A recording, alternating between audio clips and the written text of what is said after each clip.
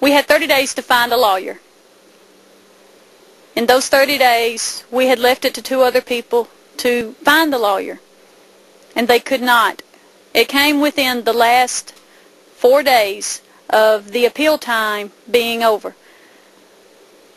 They called me and said, we can't find a lawyer and we're sorry, and this thing's going to be together and up and running in a year, and the garbage is going to be put there into your neighborhood, and we can't find any other way of stopping it. I made a phone call. I was in Alabama, where I was in a store in which the people spoke Spanish. An American man went into the store. He looked out of place. He didn't speak Spanish, and he said that he had only came there because he had smelled the food outside.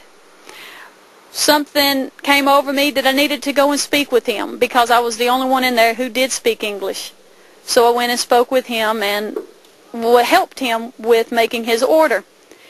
When I told him my name and shook his hand, he handed me a card and said he was a lawyer and shook my hand. At that day, I didn't think anything about it. It wasn't until at that moment that they told me they could not find a lawyer that would pick up our case that I made a phone call to this gentleman. With this gentleman, he referred me to another law firm, and from that law firm, I found help. And it was by chance the guy's name is Christopher Reeves. And yes, he has been our Superman in helping us stop this to this point. More or less, you get to a point of everything will be done by faith. You put your faith into God's hands and let Him guide you where you need to go. And all of us feel to this point, this is where we need to go, this is where we need to be. And we're hoping that you'll see that and join us and stand up with us in our plight. One other thing that I'd forgotten about was the fact that this landfill with manufactured defects, if everything was perfect with this landfill until it still has manufactured defects before it is put together. There are 6 pinholes already in the liner per acre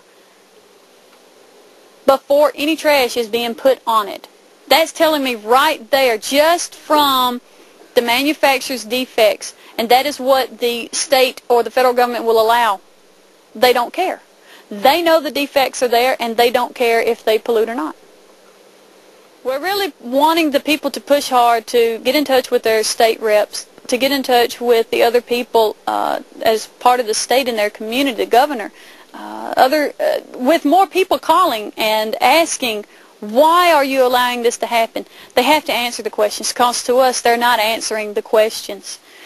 We'd like for you to call local radio and TV stations, voice your concerns to them so they find it important enough to want to come and get the information, to make these guys answer the questions that they always want to answer behind closed doors. Ladies and gentlemen, I fought in the Korean War, and I got injured in service, a traumatic brain injury, and it was hard on me. But I paid for my home when I didn't have a nickel left to buy Coca-Cola. Back then, Coca-Cola was a nickel, and we had to do without. But we loved that place. We had plenty of water. The sacrifices we had to go through to pay for our homes, all these people. Now here come these people in that's got plenty of money, wanting to do away with our homes that we worked so hard to have. And now in when the sun's setting, put it that way, on our lives, they want to come in here and do it away with our homes where we don't have the means to pay in for something else. And we have a government that is supposed to protect us. And these people are coming in here doing something the federal government says we need to protect. But yet the EPD is supposed to be looking after it. They are letting these people come in here and pollute this water. They want to pollute it. And we ask the public to help us in this. Rise up. Call your congressman. Call the governor. governor up here, Sonny Perdue, and tell him, look, that is good water, a lot of water, and help them people down there and save that water for the future, because it's never run dry. It's always been the same, producing every day plenty of water. And y'all please help us, Will. Thank you. I'm asking for your help not only for my children, but for the other children in the community. This landfill is coming to my neighborhood now. I would like to stop it from coming to another person's neighborhood. With you sitting and looking at this and staying silent and only sitting back and nodding your head, it is not stopping it. It is not telling the people what you feel. It's not telling the people what you think. You have to be verbal. You have to write letters. You have to call these people. You have to tell them this is something that needs to stop here and not let it go further into another community. This is a bad judgment.